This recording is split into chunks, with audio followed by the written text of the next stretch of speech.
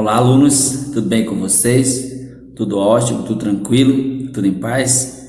Eu espero que sim, espero que vocês estejam bem, estejam se cuidando dos seus familiares, cuidando das pessoas que fazem parte da vida de vocês. Eu sou o professor Denilson, é um prazer, uma honra, uma alegria, uma satisfação ter vocês nesse momento de aula, ok? E peço a vocês, faço o convite. Se você, meu querido, minha querida, já tem condições para vir para a aula presencial, certo? Venha porque você de fato será bem recebido e será uma alegria para toda a escola. Então, você sabe que na aula presencial é muito melhor, né? Mais, é mais motivador, é melhor em todos os sentidos, tá? Porque a gente tem contato com os professores, com a coordenação, com os colegas, a gente interage muito mais. Então, tá aí o convite, se você já está em condições de saúde, você, seus familiares, então venha que a gente está sentindo a sua falta na escola, certo, pessoal? E peço a vocês nessa videoaula, assista a videoaula até o final, certo? Acompanhe a explicação com atenção, leiam o material, leiam o conteúdo da aula e peço sobretudo de vocês, façam as atividades que eu estou pedindo e mandem fotos, tá, pessoal? Isso é uma forma de eu acompanhar os alunos que estão fazendo as atividades. Então, foco nos estudos, foco na aula. Você sabe que tem Enem, tem PSC, tem várias provas aí que você vai fazer e precisa estar preparado para fazer bem e ter sucesso nas provas, certo? E para ter sucesso na escola, nas provas, na sua vida educacional, precisa estudar. Você sabe que a gente adquire o conhecimento com empenho, com estudo, com leitura, com pesquisa, acompanhando as aulas, assistindo as aulas até o final, fazendo os seus apontamentos, suas anotações, interagindo com o professor. Dessa forma, eu tenho certeza que você vai aprender bastante e estar preparado para fazer as provas que virão, certo, alunos? Então, conta comigo, porque eu conto com você, com o seu empenho, com a sua coragem, com a sua dedicação. E Deus abençoe você, te cubra de bênçãos, de graças, você, seus familiares, as pessoas que fazem parte da sua vida. Que Deus derrame graças e bênçãos sobre você, que você possa crescer, estar bem, sempre com a graça de Deus, com as bênçãos de Deus.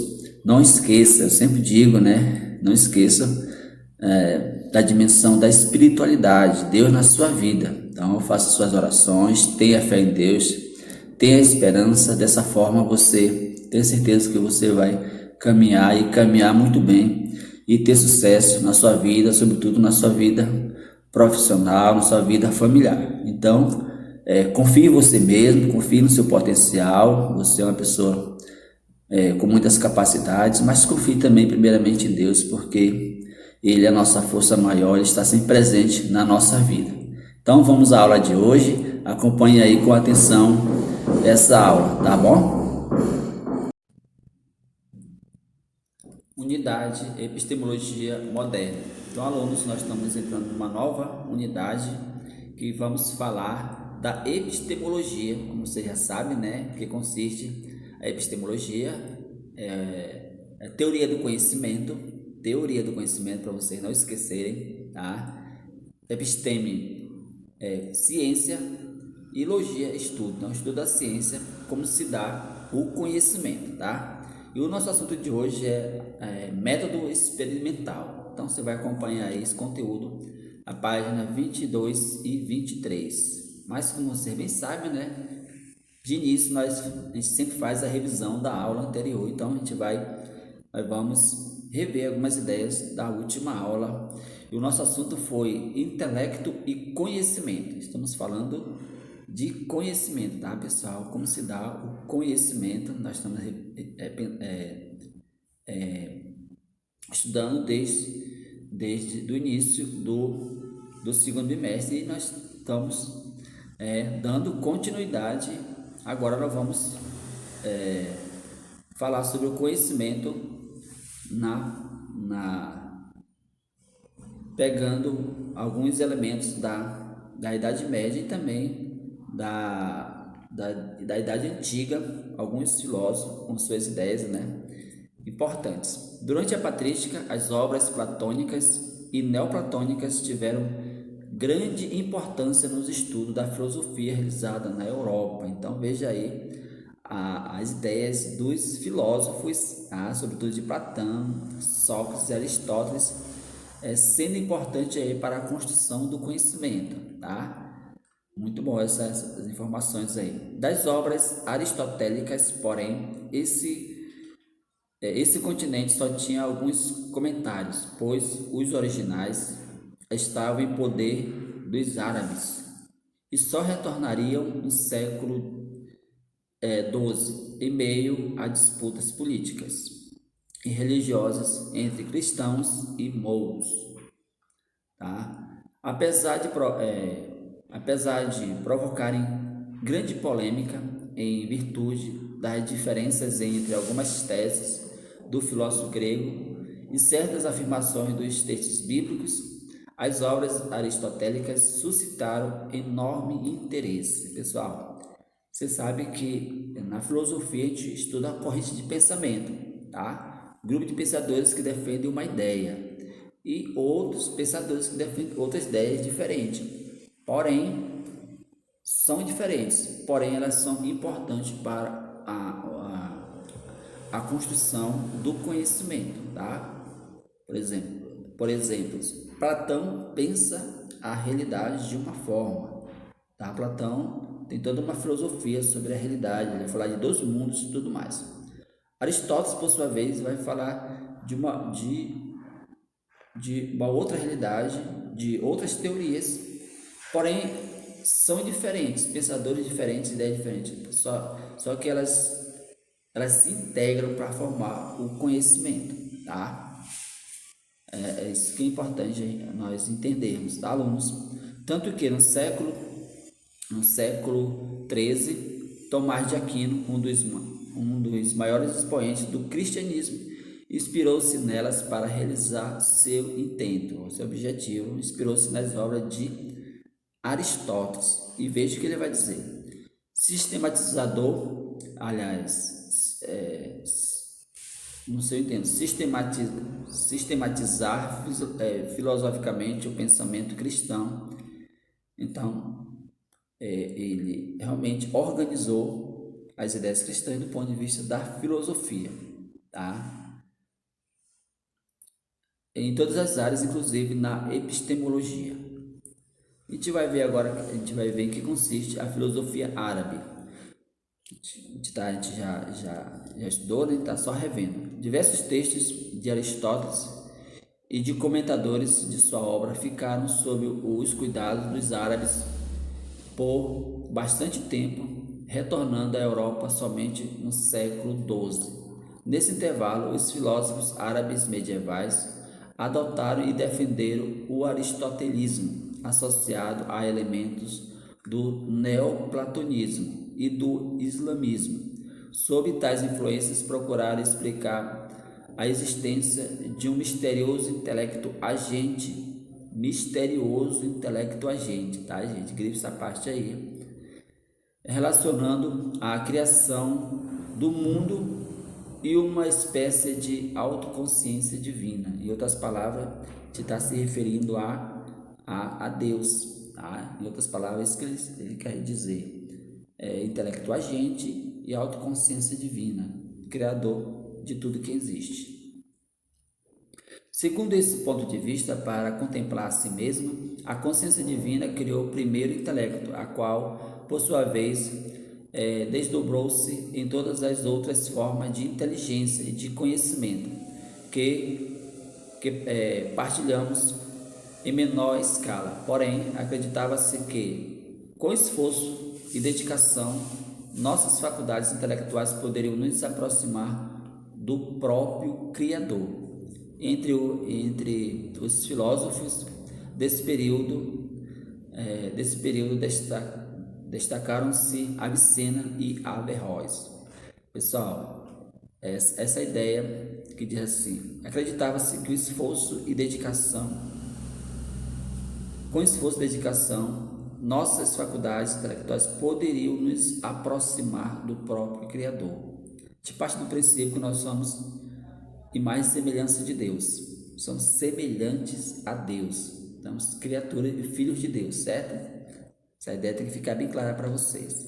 Então, se nós somos mais semelhança de Deus, com nosso esforço, com nosso empenho, nossa dedicação em fazer a vontade de Deus e cumprir seus mandamentos, a gente vai se aproximar cada vez mais de Deus, tá? Por isso, temos que fazer sempre o bem, tá? Cumprir sempre os mandamentos, cumprir sempre as ideias cristãs. Dessa forma, a gente vai estar mais próximo, mais semelhante a Deus. Legal, né? Muito boa essa informação. Vamos lá. Avicena escreveu principalmente sobre lógica, ética e metafísica. Então, veja só que ele escreveu sobre esses 3 assuntos que é muito importante para a filosofia. E se você estiver acompanhando aí com seu livro, vão destacando esses pontos aí importantes. Propôs conciliações entre o aristotelismo, o neoplatonismo e o islamismo. Então, ele quis conciliar tudo isso. 3 correntes de pensamentos diferentes, mas é possível, na visão dele, conciliar, certo? Constituindo um pensamento que se tornou referência entre os povos islâmicos e influenciou a Europa medieval. Para ele, havia 2 grandes conhecimentos, vamos ver. Conhecimento natural, ligado à permanência da alma e à sua ordenação. E conhecimento teológico, de teologia, tá, turma? Conhecimento que se projeta além do mundo natural, para tratar da divindade, o primeiro intelecto, e de sua relação com os demais seres, tá? Então, teologia teo é Deus, e logia é estudo de Deus, das crenças, da religião, da Bíblia, tá? E devo dizer para vocês que é uma ciência, a teologia, que hoje em dia se estuda como se é uma faculdade, como se fosse outra faculdade qualquer, outro curso qualquer, como se fosse o direito, fosse a história e assim por diante. Tem um período também de 4, 5 anos, tá, alunos? Então, eu vejo que é uma ciência também, um tipo de conhecimento.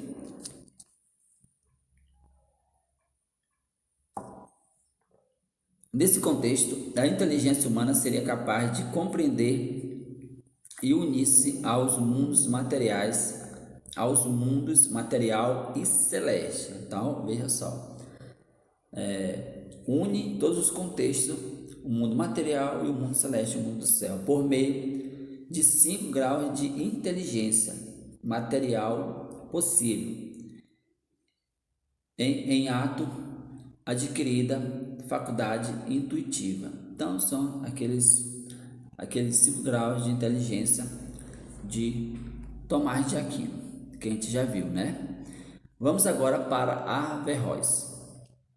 Foi um dos maiores responsáveis pela difusão do aristotelismo na Europa do século XII. Considerava que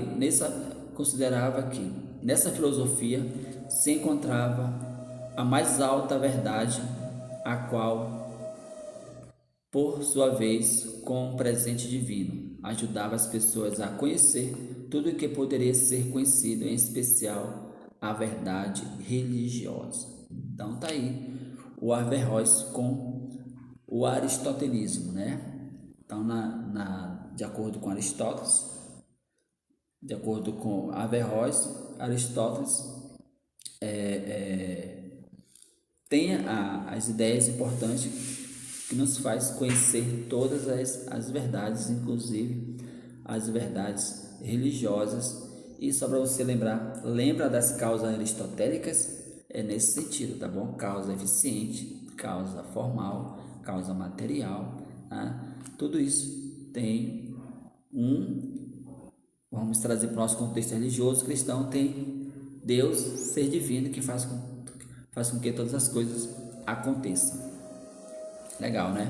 Para ele, os possíveis conflitos entre filosofia e teologia, gente, isso aqui é muito, muito importante, tá? Destaque aí no seu livro aí. Para ele, os possíveis conflitos entre filosofia e teologia não passavam de formas diferentes de interpretar uma mesma verdade, visto que, apesar de utilizarem métodos, às vezes, pessoal, no conhecimento a diferença só está nos métodos, utilizarem métodos diferentes, os dois saberes tinham uma finalidade comum e sobre ela não poderiam divergir, tá?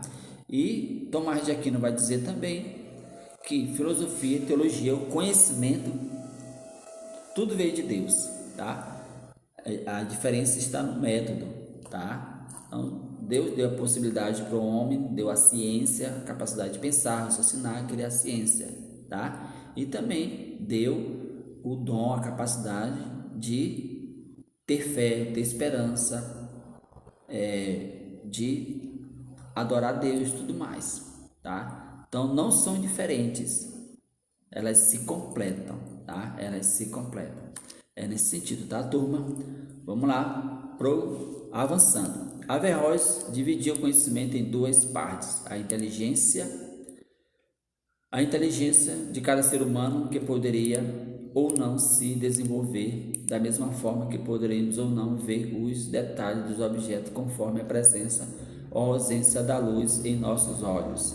A inteligência transcendente ao homem, a luz apresentada como uma emanação divina, por meio da qual todos os outros intelectos estariam ligados. Então pronto, tá aí, alunos, uma boa revisão, né, da última aula. Acredito que deu para vocês compreender e entender muito bem. Vamos agora para o assunto de hoje: método experimental. Como a mente adquire conhecimento? A gente já começa com uma pergunta, né? Como a mente adquire conhecimento? Vamos lá. Essa questão foi tratada pela epistemologia moderna em diferentes perspectivas, algumas privilegiando a experiência, outras a razão e outras ainda a junção entre a experiência e a razão, tá? Gente, na filosofia tem muito isso, né? A gente vai, daqui a um tempo, a gente vai estudar sobre o empirismo. O que é isso, professor?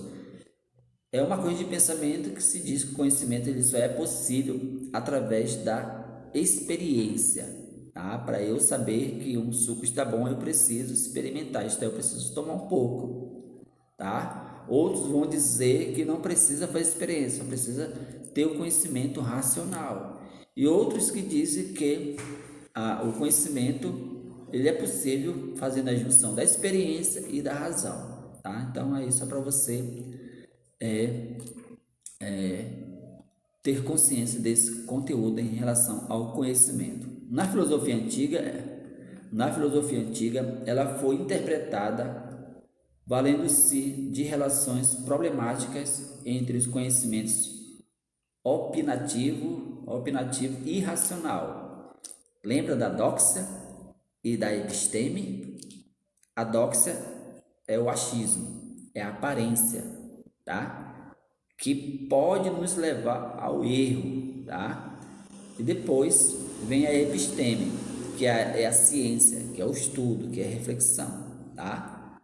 A doxa é a opinião, opinativo. Eu acho, eu penso, mas não tem certeza. Na episteme, na ciência, a gente raciocina, a gente investiga e tem certeza, tá? Que é o sensível e o inteligível. O doxa está mais ligado à sensibilidade. E tanto que tem uma frase que diz que os sentidos podem nos enganar. E de fato é mesmo, né? A gente acha que ouviu, acha que escutou, acha que fez, mas na verdade não fez, né? Então o sentido pode nos enganar. A gente acha que viu, a gente acha que escutou e assim por diante. E o inteligível está ligado mais à episteme, o conhecimento verdadeiro, a essência das coisas. Na filosofia medieval, ela foi confrontada com a fé. Nos períodos históricos seguintes, novas oposições estiveram sob análise dos filósofos. Na Idade Moderna,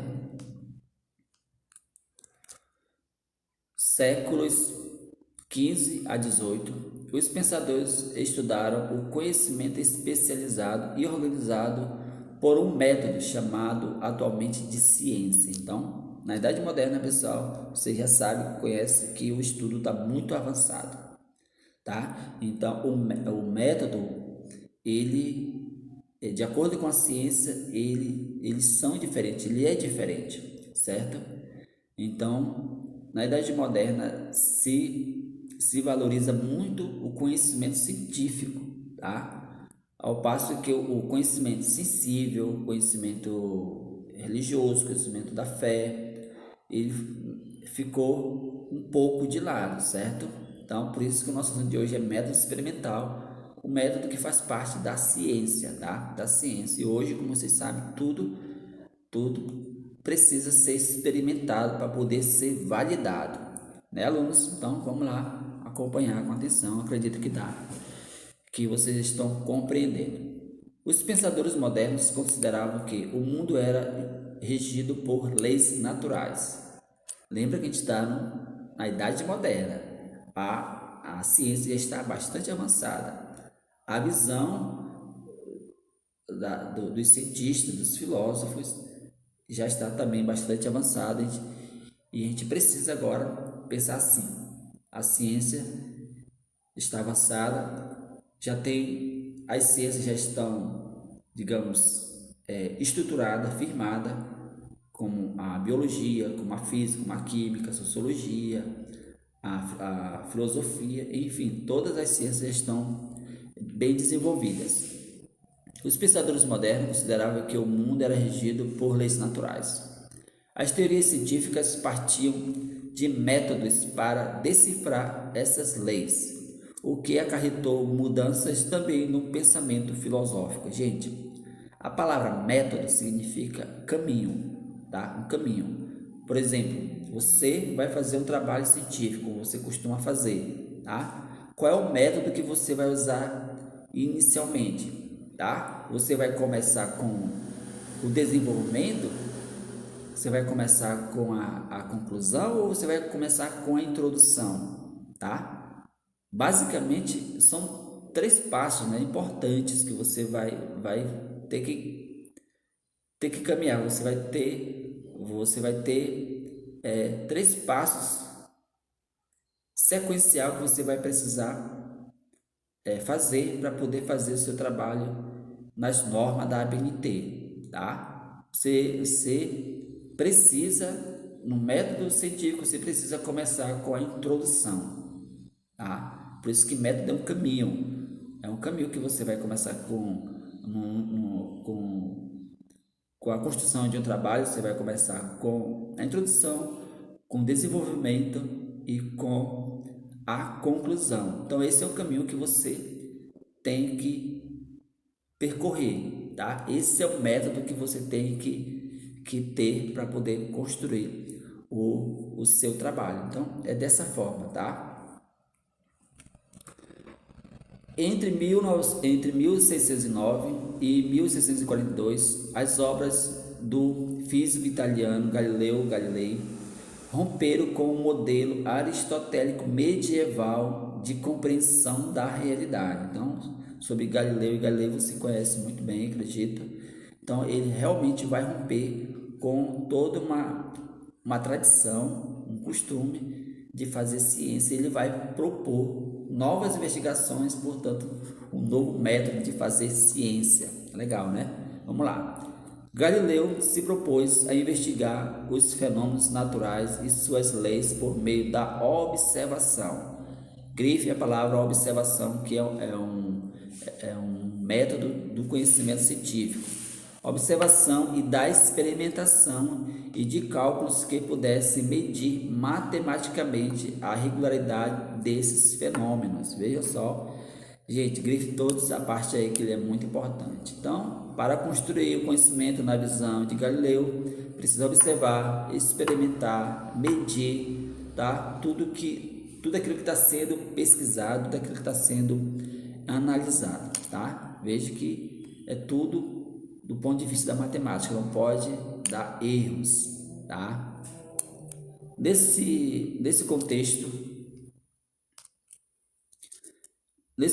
de transição para um novo modelo científico, o inglês Francis Bacon, é Bacon, tá, gente? Assim que se pronuncia, defendeu a máxima: saber é poder. Então, essa máxima dele realmente influenciou muito no conhecimento, desejando formar uma nova ciência capaz de garantir à humanidade um domínio significativo sobre a natureza.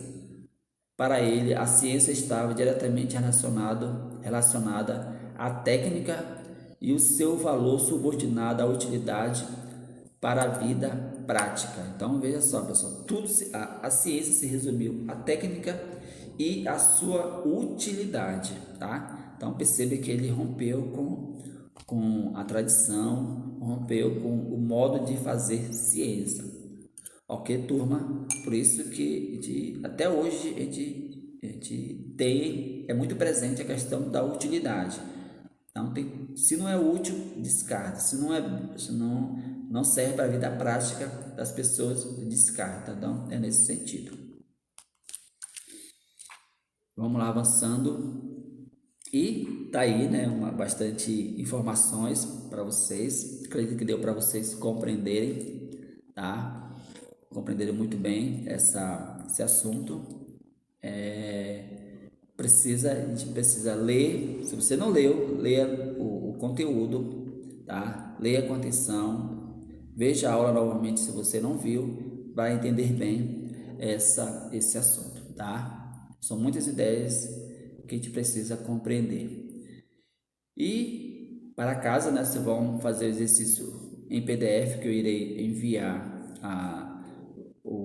as questões daqui a pouco. E eu coloquei o gabarito da página 19 e 20 que eu passei na aula anterior, né?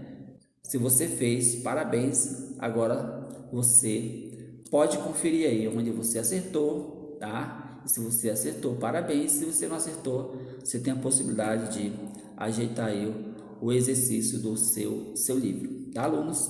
Então, foi um prazer, uma alegria estar com vocês nesse momento. E a gente termina por aqui a aula de hoje.